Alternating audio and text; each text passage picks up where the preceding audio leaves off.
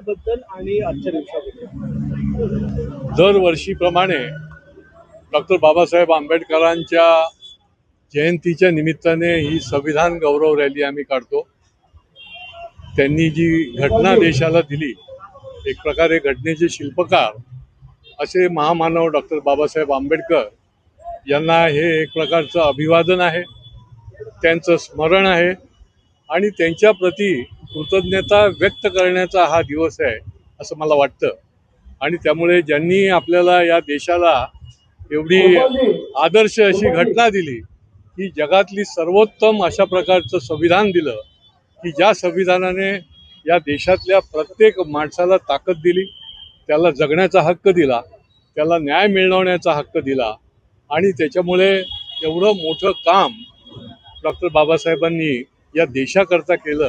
आणि त्यामुळे या शहरामध्ये आम्ही दरवर्षी अशा प्रकारची संविधान गौरव रॅली काढतो आणि त्या निमित्ताने देखील आमच्या या सगळ्या नागरिकांच्या तर्फे त्यांना अभिवादन करून त्यांच्याबद्दल कृतज्ञता व्यक्त करतो. सर, अजूनपर्यंत इंदू मिलच्या संदर्भात पाऊल उचललेलं नाहीये. सरकारने स्मारक कधी उभा करणार असा सवाल उचलत आहे. टंचाईमुळे तांब्याचे देखील तिथे कमी भासते, त्यामुळे कामाला जातो दिरंगाई होते.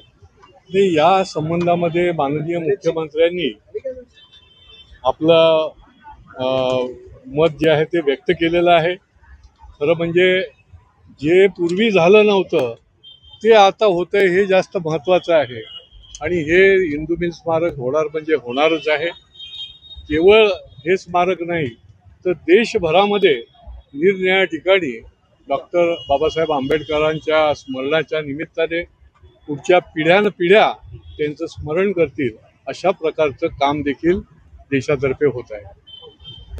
सर, सर्वत्र जे आहे ते मिरवणुका काढल्या जात आहेत, अनेक कार्यक्रमांचं आयोजन देखील केले आहे. परंतु अशातच राज ठाकरेंनी एक ट्विट केलेलं आहे, त्यामध्ये त्यांनी शुभ जयंतीनिमित्त म्हटलंय की आजच्या दिवशी जे डीजे लावून अनेक राजकारणी नेते जे आहेत ते बाहेर पडतील, त्यांना आजच्या दिवशी आंबेडकर आठवतील. नाही, खरं म्हणजे हा त्यांचं म्हणणं झालं.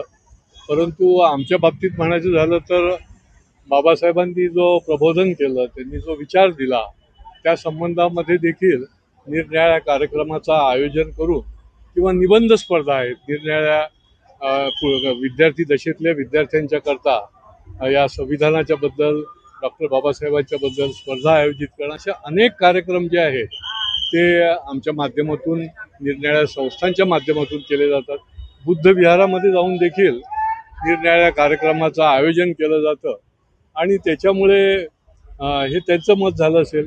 परंतु आमच्या बाबतीमध्ये आम्ही अनेक प्रकारचं त्यांचा विचाराचा जो वारसा आहे तो वारसाच या देशाला विकासाकडे नेऊ शकतो आणि त्याच्यामुळे तो विचाराचा वारसा आदान प्रदान करण्याकरता निरनिराळे कार्यक्रम आयोजित करतो. ठाण्याचा एका राजकारणाच्या संदर्भातला एक प्रश्न आहे. ठाण्यामध्ये निवडणुका होऊन निकाल लागून आता जवळपास 3 महिने लोटलेले आहेत. एप्रिल महिन्यात सुरू झालाय. अजूनही विषय समित्यांचा मार्ग सुकर झालेला नाही. अजूनही स्थायी समिती असेल, परिवहन असेल, शिक्षण असेल, कोणतीच समिती झाली नाही. स्वीकृत नगरसेवक झाले नाहीये. काय नेमकं अडलंय? आपण देखील याच्यामध्ये आहात, भाजप देखील सहभागी आहे सत्तेमध्ये. नेमकं काय अडलंय? नाही, कुठे अडलंय मलाही कळत नाहीये.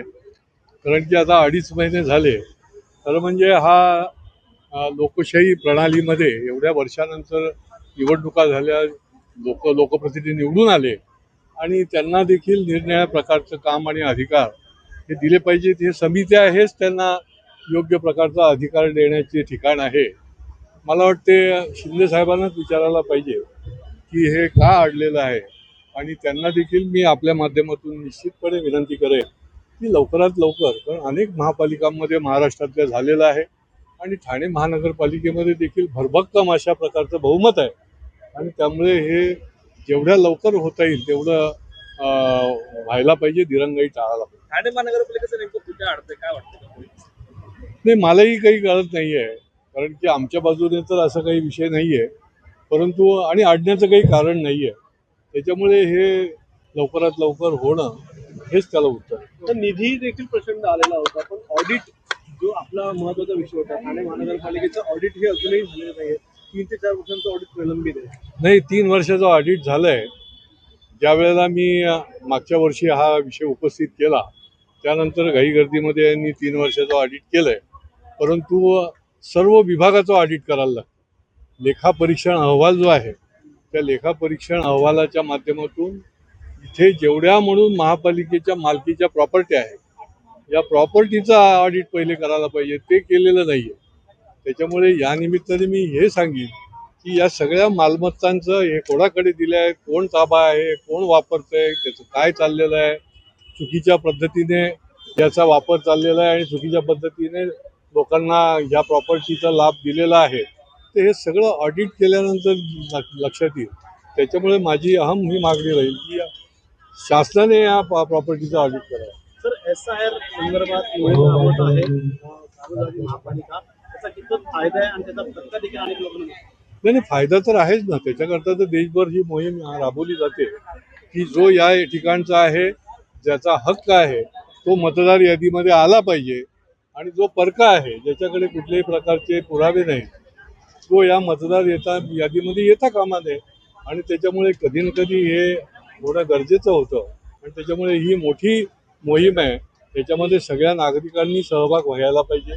सर्व शासकीय यंत्रणा जरी काम करत असल्या तरी निरनिराळ्या संघटना, पक्ष यांनी देखील या मोठ्या मोहीममध्ये, हा मोठा ड्राईव्ह आहे आणि हा मतदार यादी शास्त्रशुद्ध करण्याचा ड्राईव्ह आहे असं मी समजतो. त्याच्यामध्ये तमाम सगळ्यांनी सहभागी व्हायचं.